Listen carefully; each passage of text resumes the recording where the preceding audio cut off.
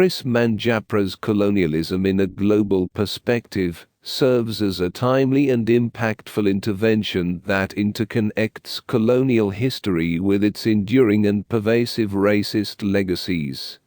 The primary goal of the book is to expand the scope of analysis in the field of colonial history by transcending conventional temporal and geographical divisions. The underlying theme of racial and colonial violence weaves together the narratives and sources presented in the book, enabling a nuanced exploration of colonialism's imperative to acquire, control, and dominate resources.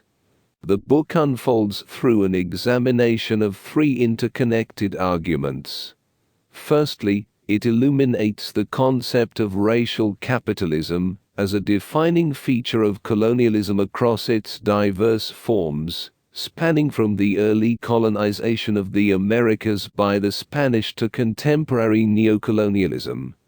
Manjapra defines racial capitalism as the facet of colonialism that characterizes, divides, and governs subject populations based on attributed racial characteristics.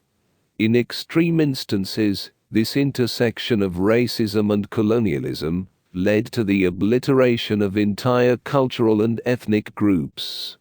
Secondly, by delineating the major features of colonialism across expansive geographies and time periods, the author contends that racial capitalism lies at the core of what he terms the new colonialism.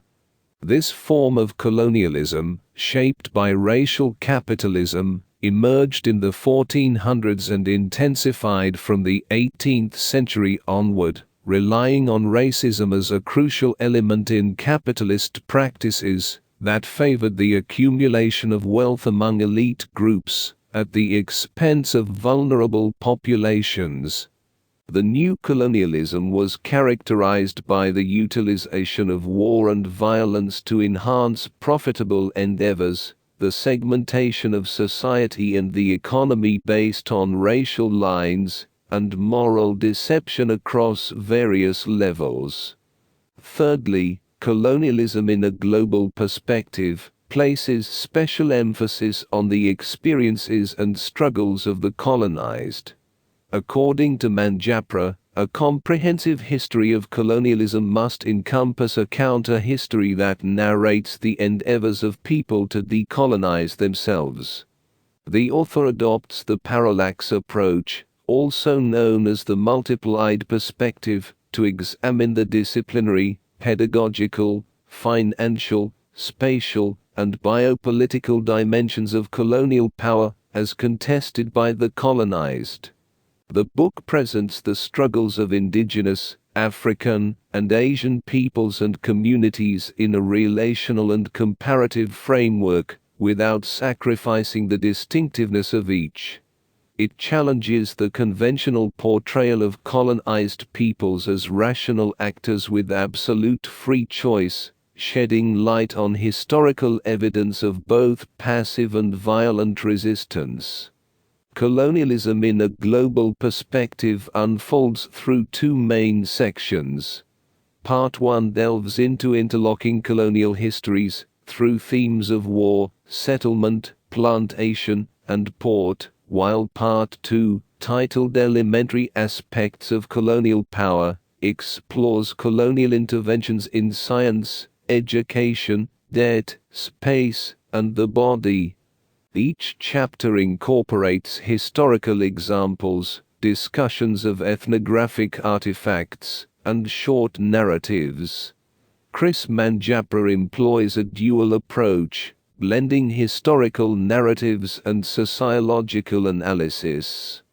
Source materials encompass archival documents, as well as artifacts like glyphs, photographs, drawings, and ethnographic objects, drawing from a diverse mix of secondary literatures covering colonial histories from the Americas, Africa, Europe, and the Asia-Pacific regions. The book heavily relies on unconventional illustrations, including material objects, to underscore the impact and history of colonialism, such as artifacts from the Congo in the Royal Museum in Belgium, that vividly depict the violence and racism inherent in the colonial process. Given the comprehensive nature of colonialism in a global perspective, the initial chapters offer somewhat brisk and simplified summaries. The chapters on war and settlement trace the colonization history in the Americas, exploring the systematic displacement, eradication, and oppression of Native Americans in the process of expanding frontiers. The imposition of flawed agricultural policies by the colonial state resulted in ecological disruptions, and the codification and surveillance of the colonial population disrupted existing social structures. Manjapra highlights lesser-known attempts at assimilation, such as a petition-writing campaign by Native Americans in Natick, Massachusetts, to preserve their culture, language, and sovereignty after colonial displacement. The discussion of racial slavery is particularly robust in the sections on plantations and ports, where Manjapra examines the exploitative conditions and various forms of physical and mental violence, characterizing the lives of slaves and indentured laborers. Complementing this grim account, the author includes narratives about daily life, showcasing how laborers resisted and asserted their voices through songs, games, teachings, and stories. Racism played a pivotal role in shaping colonial public health policies, rooted in assumptions of white superiority and a misguided civilizing mission.